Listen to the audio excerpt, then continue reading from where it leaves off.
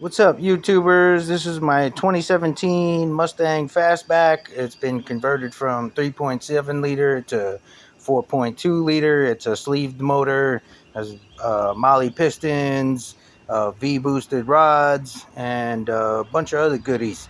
Um, I received the AutoMafiaRacing rear turbo kit, and so far of the review and the install and everything, it's been very simple, not too hard, very understandable. I did go from factory manifolds to BBK headers so that it has more airflow because I'm going with 3-inch exhaust all the way to the hot side. Now the cool side needs to be 2.5 inch, so this way I will not have no turbo lag whatsoever.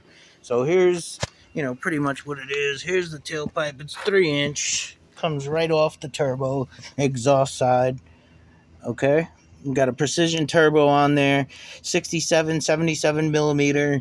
I got my oil pump here that's going to pump oil from the catch can. Now the catch can right here is going to go up a little bit, so this way it directs the fluid directly to the oil pump.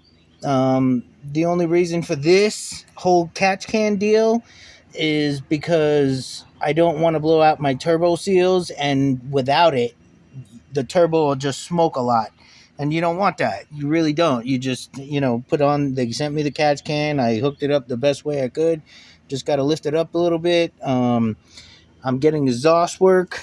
There's the end of the pipe that goes to the hot side right here. Okay, so they're gonna have to come down and around underneath, around the rear differential, and then we're gonna just put it on a clamp on the 3-inch V band over there. Here's the 2.5-inch return to the intake line and the oil feed line into, which goes into the engine. Okay, and it runs all the way up there.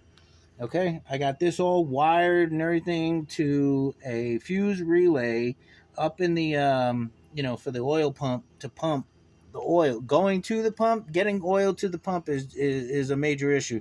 So you want to have this higher than you do the port over here, because then it's just going to go through and flow smoothly, and that's really what you're looking for.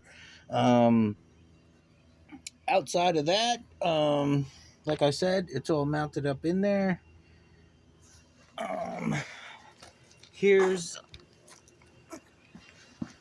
pretty much how much clearance I have under the car with